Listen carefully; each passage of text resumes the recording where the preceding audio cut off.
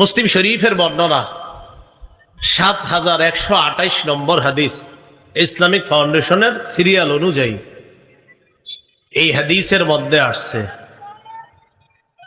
قال رسول الله صلى الله عليه وسلم, নবীজির সাহাবী ইমরান ইবনে হুসাইন থেকে বর্ণনা, তিনি বলেন রাসূলুল্লাহ সাল্লাল্লাহু আলাইহি সাল্লাম ইরশাদ করেছেন, মা বাইনা খালকি আদামা ইলা কিয়ামিস সাআ খালকুন আকবারু মিনাদ দাজ্জাল।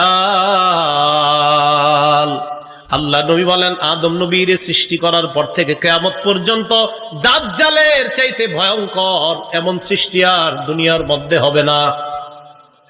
আদম নবী থেকে কিয়ামত পর্যন্ত যত সৃষ্টি আল্লাহ বানাইছে, এ দাজ্জালের চেয়ে ভয়ঙ্কর সৃষ্টি আর দুনিয়াতে হবে না। তাহলে কি জানলাম? দাজ্জাল হবে সবচেয়ে ভয়ঙ্কর একটা সৃষ্টি, ভয়ঙ্কর একটা ফিতনা।